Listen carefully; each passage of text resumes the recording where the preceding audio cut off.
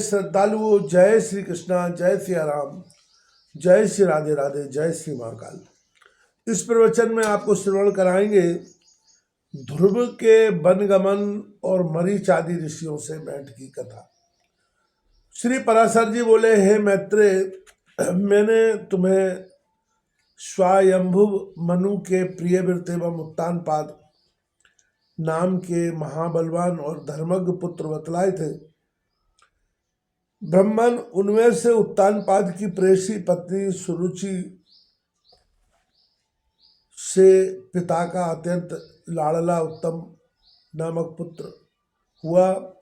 हे Duzce, उस राजा की जो सुनीति नामक राजमहिषी थी, उसमें उसका विशेष प्रेम न था। उसका पुत्र ध्रुव हुआ।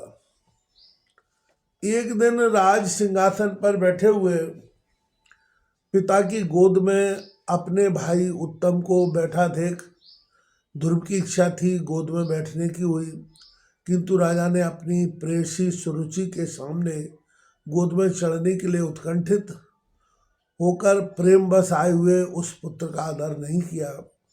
अपनी सौत के पुत्र को गोद में चढ़ने के लिए उत्सुक और अपने पुत्र को गोद में बैठा देख सुरुचि इस प्रकार कहने लगी, ओ लल्ला, बिना मेरे पेट से उत्पन्न हुए किसी अन्य स्त्री का पुत्र होकर भी तू व्यर्थ क्यों ऐसा बड़ा मनोरथ करता है? तू अविवेकी है, इसलिए ऐसी अलभ उत्तम वस्तु की इच्छा करता है। यह ठीक है कि तू भी उन्हीं राजा का पुत्र है, तथापि मैंने तो तुझे अपने गर्भ में धारण नहीं किया।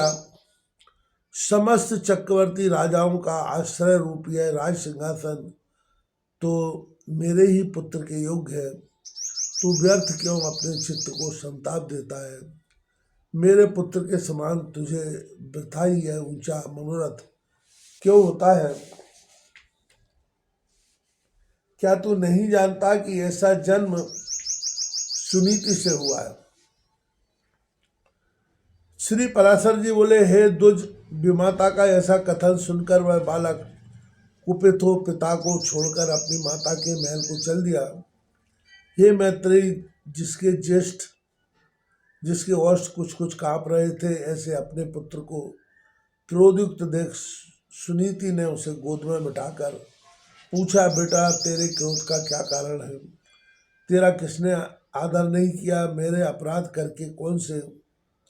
तेरा अपराध करके कौन तेरे पिताजी का अपमान करने वाला है?